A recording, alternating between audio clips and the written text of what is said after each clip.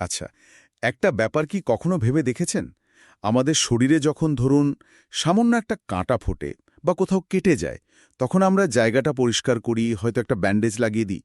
কিন্তু আসল যুদ্ধটা সেটা শুরু হয় ভেতরে, যা আমরা খালি চোখে দেখতেই পাই না। এক অদৃশ্য সেনাবাহিনীর সঙ্গে সঙ্গে সেই কাটা জায়গাটার দিকে ছুটে যায়। আজকের আলোচনা আমাদের শরীরের সেই ক্ষুদ্র কিন্তু অবিশ্বাস্য শক্তিশালী সৈন্যদের নিয়ে। অষ্টম শ্রেণীর বিজ্ঞান বইয়ের একটা অধ্যায়কে আমরা আজ জীবন্ত করে তুলব। আমাদের আজকের আলোচনার বিষয় শ্বেত রক্তকণিকা। ঠিক তাই। আর সৈন্য শব্দটা কিন্তু এখানে কোনো বাড়াবাড়ি নয়। এরা সত্যি আমাদের শরীরের অতন্ত্র প্রহরী। আজকের আলোচনার মিশনটা হলো এই শ্বেত রক্তকণিকা জিনিসটা ঠিক কী, কেন এরা এত গুরুত্বপূর্ণ, আর ঠিক কোন পদ্ধতিতে এরা আমাদের শরীরকে রক্ষা করে।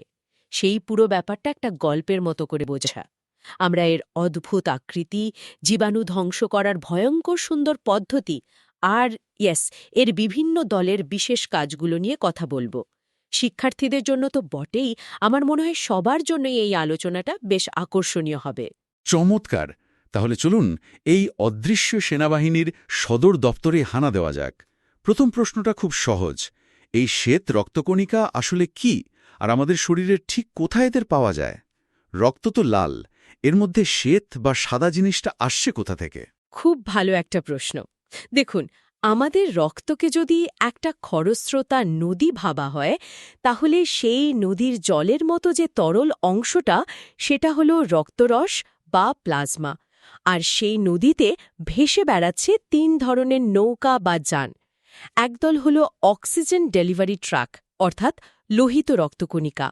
আরেকদল হলো রাস্তা মেরামতের কর্মী, অনুচক্রিকা। শেষ।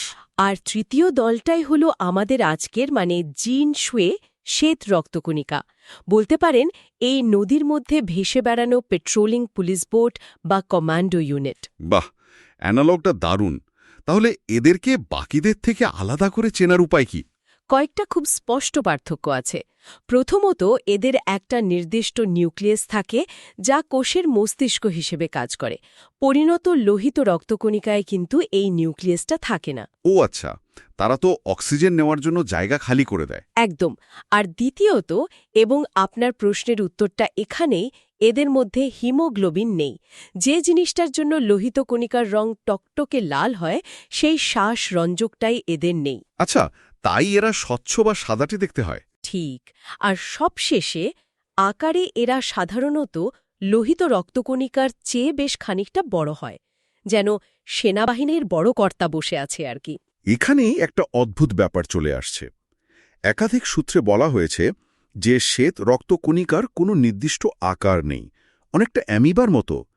কোষের তো একটা নির্দিষ্ট আকার থাকার কথা, তাই না? এটা তো একটু অদ্ভুত শোনাচ্ছে। ঠিক। এই অদ্ভুত ব্যাপারটাই এদের সবচেয়ে বড় শক্তি। এটাকে এদের কোনো খামতি ভাবলে চলবে না। এটা এদের একটা অসাধারণ অভিযোজন। ভাবুন, একজন গোয়েন্দা বা স্পাইকে যদি একটা দেওয়ালের অন্য পাশে যেতে হয়, সে কি দরজা খোঁজার জন্য অপেক্ষা করবে, নাকি দেওয়ালের কোনো সূক্ষ্ম ফাটল দিয়ে গলে বেরিয়ে যাবে? অবশ্যই দ্বিতীয়টা। সে তো নিজের শরীরকে যেমন করে হোক বাঁকিয়ে চুরিয়ে বেরিয়ে যাবে। শ্বেত রক্তকণিকা ঠিক তাই করে। এদেরই আকার পরিবর্তনের ক্ষমতার জন্যই এরা রক্তনালীর সূক্ষ্ম প্রাচীর ভেদ করে বাইরে বেরিয়ে আসতে পারে। যেখানে জীবাণুর সংক্রমণ হয়েছে, রক্তস্রোত থেকে বেরিয়ে এরা সরাসরি সেই টিস্যুর মধ্যে, সেই যুদ্ধক্ষেত্রে পৌঁছে যেতে পারে। দেওয়াল ভেদ করে যেতে পারে? হ্যাঁ, বিজ্ঞানের ভাষায় এই প্রক্রিয়াকে বলে ডায়াপ্যাডেসিস। এক কথায়, এরা দেয়াল ভেদ করে যেতে পারে। অবিশ্বাস্য। তার এরা রক্তের হাইওয়ে ছেড়ে একেবারে সংক্রমণের অলিগলিতে ঢুকে পড়তে পারে শত্রুকে খুঁজে বের করার জন্য? হ্যাঁ, বেশ। তাহলে এরা নিজেদের আকার বদলে জীবাণুর কাছে তো পৌঁছে গেল, কিন্তু লড়াইটা কিভাবে করে? একটা উৎসে আগ্রাসন পদ্ধতির কথা বলা হয়েছে। সামনাসামনি লড়াইটা ঠিক কেমন হয়? লড়াইয়ের পদ্ধতিটা আরও বেশি চমকপ্রদ। যখন একটা শ্বেত রক্তকণিকা, বিশেষ করে নিউট্রোফিল জাতের কোষগুলো কোনো ব্যাকটেরিয়া বা জীবাণুকে শনাক্ত করে, তখন সে অ্যামিবার মতোই তার শরীর থেকে দুটো হাতের মতো অংশ বের করে। এগুলোকে বলে ক্ষণপদ, ক্ষণস্থায়ী পা। দাঁড়ান। একটা কোষ আর একটা জীবাণুকে আস্ত গিলে ফেলে। এটা তো সাইফাই সিনেমার মতো শোনাচ্ছে। ব্যাপারটা কি সত্যি এত সহজ? দেখতে সহজ মনে হলেও পদ্ধতিটা অত্যন্ত কার্যকর এবং কিছুটা নৃশংস বটে। ওই ক্ষণপথ দিয়ে জীবাণুটাকে চারদিক থেকে জাপটে ধরে সে নিজের কোষের ভেতরে চালান করে দেয়। জীববিজ্ঞানের ভাষায় এই প্রক্রিয়াকে ফ্যাগোসাইটোসিস বলে, যার সহজ বাংলা করলে দাঁড়ায় কোষীয় ভক্ষণ। কোষীয় ভক্ষণ। হ্যাঁ, কিন্তু আসল খেলাটা শুরু হয় এরপরে। এরপরেও কিছু আছে? অবশ্যই। জীবাণুটাকে শুধু গিলে ফেললেই তো হবে না, তাকে পুরোপুরি ধ্বংস করতে হবে। জীবাণুটাকে কোষের ভেতরে নেওয়ার পর শ্বেত রক্তকণিকা তার ভেতরের একটা বিশেষ অস্ত্র ব্যবহার করে। এর নাম লাইজোজাইম। এটাকে শুধু হজম করার এনজাইম বললে এর শক্তিটা বোঝা যাবে না। ভাবুন, জীবাণুটাকে একটা জেলখানার ভেতরে নিয়ে আসা হলো, আর তারপর লাইজোজাইম হলো সেই জেলখানার অ্যাসিডের ট্যাঙ্ক, যা দিয়ে বন্দীকে পুরোপুরি গলিয়ে ফেলা হয়। Wow! It's incredibly brutal but effective. এভাবেই আমাদের শরীরকে এরা প্রতিনিয়ত রোগমুক্ত রাখছে। দারুণ ব্যাখ্যা। তার মানে আমাদের শরীরের ভেতরে প্রতিনিয়ত এমন ছোট ছোট যুদ্ধ চলছে, যেখানে শত্রুদের আস্ত গিলে ফেলা হচ্ছে এবং তারপর অ্যাসিড দিয়ে গলিয়ে দেওয়া হচ্ছে। কিন্তু এই সেনাবাহিনীতে কি সবাই একই কাজ করে, নাকি এখানেও পদাতিক বাহিনী, গোলন্দাজ বাহিনী, গোয়েন্দা এরকম আলাদা আলাদা ভাগ আছে? একদম ঠিক ধরেছেন। এখানেই আমাদের শরীরের প্রতিরক্ষা ব্যবস্থার আসল সৌন্দর্য। এটা কোনো একক বাহিনী নয়, বরং একটা সুসংগঠিত সেনাবাহিনী, যেখানে প্রত্যেকের কাজ ভাগ করা আছে। প্রধান কয়েকটি ভাগের কথা যদি বলি, হ্যাঁ, কার কি দায়িত্ব সেটা একটু জানা যাক। যেমন ধরুন নিউট্রোফিল। এরা হলো ফ্রন্টলাইন সোলজার বা পদাতিক বাহিনী। মোট শ্বেত রক্তকণিকার প্রায় 60 থেকে 70% এরা। কোনো সংক্রমণ হলেই এরা সবার আগে ঘটনাস্থলে পৌঁছায় এবং ওই ফ্যাগোসাইটোসিস প্রক্রিয়ায় জীবাণু ধ্বংস করতে শুরু করে। আচ্ছা, কোথাও কেটে গেলে যে পুঁজ তৈরি হয়, তার একটা বড় অংশই হলো এই মৃত নিউট্রোফিল আর জীবাণুর ধ্বংসাবশেষ। তার মানে পুজ হলো একটা যুদ্ধের সাক্ষী। আচ্ছা, নিউট্রোফিল হলো পদাতিক বাহিনী। তাহলে বিশেষ বাহিনীর মতো কেউ আছে? আছে। এরপর আসছে ইওসিনোফিল। এদেরকে বলা যায় প্যারাসাইট বা পরজীবী বিশেষজ্ঞ।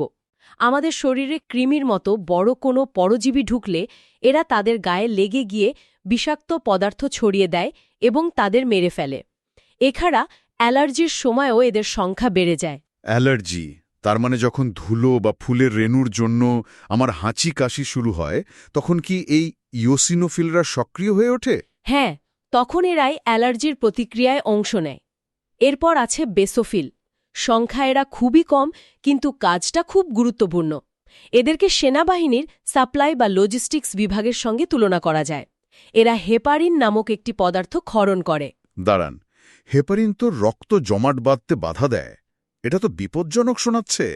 আমরা তো জানি কেটে গেলে রক্ত জমাট বাঁধাটা খুব জরুরি। চমৎকার প্রশ্ন। এখানেই শরীরের অসাধারণ ভারসাম্যের পরিচয়। ব্যাসোফিল কাজ করে রক্তনালীর ভেতরে, যাতে রক্ত মসৃণভাবে চলতে পারে এবং অকারণে কোথাও জমাট বেঁধে না যায়। একজন ট্রাফিক পুলিশের মতো, যে হাইওয়েতে জ্যাম হতে দেয় না। ও আচ্ছা। কিন্তু যখন আপনার কোথাও কেটে যায়, তখন সম্পূর্ণ ভিন্ন একটি মেকানিজম, অর্থাৎ অণুচক্রিকা বা প্লেটলেটস এসে রক্ত জমাট বাঁধায়। সে হল রাস্তার মেরামতের কর্মী, যে ভাঙা জায়গায় দ্রুত কাজ করে। একজন ভেতরের প্রবাহ ঠিক রাখে আর একজন বাইরের ছিদ্র বন্ধ করে। ওয়াও, কি অসাধারণ সিস্টেম! আর সবশেষে তাহলে কে রইল? গোয়েন্দা বিভাগ? একদম। সম্ভবত এই বাহিনীর সবচেয়ে বুদ্ধিমান এবং উন্নত সৈনিক হল লিম্ফোসাইট। এরা হলো আমাদের শরীরের ইন্টেলিজেন্স এজেন্সি এবং এলিট ফোর্সের সম্মিলিত রূপ। এরা সরাসরি জীবাণু ভক্ষণ করে না, বরং আরও সূক্ষ্ম পদ্ধতিতে কাজ করে। এরা অ্যান্টিবডি তৈরি করে। অ্যান্টিবডি, এই শব্দটা আমরা খুব শুনি, বিশেষ করে ভ্যাকসিনের প্রসঙ্গে। এর কাজটা ঠিক কি? এটি হল এক ধরনের বায়োলজিক্যাল মিসাইল, যা নির্দিষ্ট শত্রুকে খুঁজে বের করে তাকে নিষ্ক্রিয় করে দেয়। লিম্ফোসাইট প্রত্যেক জীবাণুর গঠন মনে রাখে। এটা অনেকটা শত্রুর ছবি তুলে রাখার মতো, একটা মোস্ট ওয়ান্টেড পোস্টার তৈরি করার মতো। ইন্টারেস্টিং। ভবিষ্যতে ওই একই জীবাণু আবার আক্রমণ করলে লিম্ফোসাইট সঙ্গে সঙ্গে তাকে চিনে ফেলে এবং বিপুল পরিমাণে অ্যান্টিবডি তৈরি করে দ্রুত তাকে ধ্বংস করে দেয়। তাহলে ভ্যাকসিন আসলে আমাদের শরীরকে একরকম ট্রেনিং দিচ্ছে। এটা তো অনেকটা আসল যুদ্ধ শুরু হওয়ার আগে শত্রুর ছবি দেখিয়ে সৈন্যদের ট্রেনিং দেওয়ার মতো, যাতে আসল শত্রু এলে তারা প্রস্তুত থাকে। এক্স্যাক্টলি। ভ্যাকসিন ঠিক এই কাজটাই করে। আমরা মৃত বা দুর্বল জীবাণু শরীরে ঢুকিয়ে লিম্ফোসাইটকে শুধু শত্রুর মুখটা চিনিয়ে দিই, আসল লড়াইয়ের জন্য প্রস্তুত করে রাখি। এটাই আধুনিক মেডিসিনের অন্যতম বড় জাদু, যার এই লিম্ফোসাইটের স্মৃতিশক্তির ওপর ভিত্তি করেই দাঁড়িয়ে আছে। তাহলে পুরো বিষয়টা পরিষ্কার হলো। শ্বেতরক্তকণিকা একা নয়, এর ভেতরেও অনেকগুলো বিশেষ ইউনিট আছে। এখন যদি আমরা এর বিখ্যাত সঙ্গী লোহিত রক্তকণিকার সঙ্গে একটা তুলনা করি, তাহলে ব্যাপারটা শিক্ষার্থীদের জন্য বুঝতে আরও সুবিধা হবে। একজন ডেলিভারি বয় আর একজন সৈনিকের মধ্যে মূল পার্থক্যগুলো কি কি? এই তুলনাটা পরীক্ষার জন্যও খুব কাজের, ঠিক বলেছেন। কয়েকটি মূল বিষয়ে পার্থক্যগুলো দেখলে বিষয়টা জলের মতো পরিষ্কার হয়ে যাবে। প্রথমত হল আকার ও আকৃতি। লোহিত রক্তকণিকা দেখতে গোলাকার, আর দুপাশ চ্যাপ্টা, অনেকটা লজেন্সের মতো, যাকে বিজ্ঞানের ভাষায় অবতল বলা হয়। হ্যাঁ, যাতে সরু জায়গার মধ্যে দিয়েও যেতে পারে। ঠিক, কিন্তু শ্বেত রক্তকণিকার আকার, যেমনটা আমরা আলোচনা করলাম, অনিয়মিত এবং পরিবর্তনশীল, যেন একজন বহুরূপী গুপ্তচর। দ্বিতীয় পার্থক্যটা তো খুব স্পষ্ট, নিউক্লিয়াস বা কোষের মস্তিষ্ক। হ্যাঁ, পরিণত লোহিত রক্তকণিকায় কোনো নিউক্লিয়াস থাকে না। সে তার ভেতরের সব জায়গা খালি করে দিয়েছে শুধু হিমোগ্লোবিনকে জায়গা দেওয়ার জন্য, যাতে সে সর্বোচ্চ পরিমাণে অক্সিজেন পরিবহন করতে পারে। একজন নিবেদিত প্রাণ ডেলিভারি বয়, যার আর কোনো দিকে নজর নেই। ঠিক, কিন্তু সব ধরনের শ্বেত রক্তকণিকায় নিউক্লিয়াস উপস্থিত, কারণ তাদের অনেক জটিল কাজ করতে হয়। শত্রু চেনা, অস্ত্র তৈরি করা, লড়াইয়ের কৌশল বানানো, এদের মস্তিষ্ক ছাড়া চলবেই না। এরপর আসছে রঙের ব্যাপারটা, যা দিয়ে আমাদের আলোচনা শুরু হয়েছিল। ঠিক, লোহিত রক্তকণিকায় শ্বাসরঞ্জক হিসাবে হিমোগ্লোবিন থাকায় এর রং টকটকে লাল, আর শ্বেত রক্তকণিকায় হিমোগ্লোবিন না থাকায় এটি বর্ণহীন বা সাদা। আর সবচেয়ে বড় এবং মূল পার্থক্যটা হল তাদের প্রধান কাজে। লোহিত রক্তকণিকার একমাত্র কাজ হল ফুসফুস থেকে অক্সিজেনকে টিস্যু বা কলায় পৌঁছে দেওয়া, আর সেখান থেকে কার্বন ডাই অক্সাইড ফিরিয়ে আনা। একজন দক্ষ কুরিয়ার সার্ভিস। আর শ্বেত রক্তকণিকার প্রধান এবং একমাত্র কাজ হল দেহকে রোগ জীবাণুর হাত থেকে রক্ষা করা। একজন হল বাহক, আরেকজন হল রক্ষক। একজন দেশের অর্থনৈতিক সচল রাখে, আরেকজন দেশের সীমান্ত রক্ষা করে। এই হল তাদের মূল পরিচয়। তাহলে আজকের এই গভীর আলোচনা থেকে আমরা বুঝলাম যে শ্বেত রক্তকণিকা হল আমাদের শরীরের এক বিস্ময়কর, রূপ পরিবর্তনকারী, বুদ্ধিমান প্রহরী। এরা শুধু যে অ্যামিবার মতো জীবাণুকে গিলে ফেলে তাই নয়, এদের মধ্যে বিভিন্ন প্রকারভেদ আছে, যারা বিভিন্ন প্রতিরক্ষা কাজে পারদর্শী। অনেকটা একটা সম্পূর্ণ সুশিক্ষিত সেনাবাহিনীর মতো। নিউট্রোফিল থেকে লিম্ফোসাইট প্রত্যেকেই নিজের জায়গায় অপরিহার্য। আলোচনার শেষে একটা গভীর প্রশ্ন রেখে যাওয়া যাক, যা নিয়ে আমাদের শ্রোতারা ভাবতে পারেন। আমরা জানলাম শ্বেত রক্তকণিকা লাইসোজাইমের মতো শক্তিশালী অ্যাসিড ব্যবহার করে বহিরাগত জীবাণুকে ধ্বংস করতে পারে। লিম্ফোসাইট নির্দিষ্ট শত্রুকে চিনে তাকে আক্রমণ করে। প্রশ্নটা হল, কোন ব্যবস্থা এদেরকে নিজের শরীরের সুস্থ কোষগুলোকে আক্রমণ করা থেকে বিরত রাখে?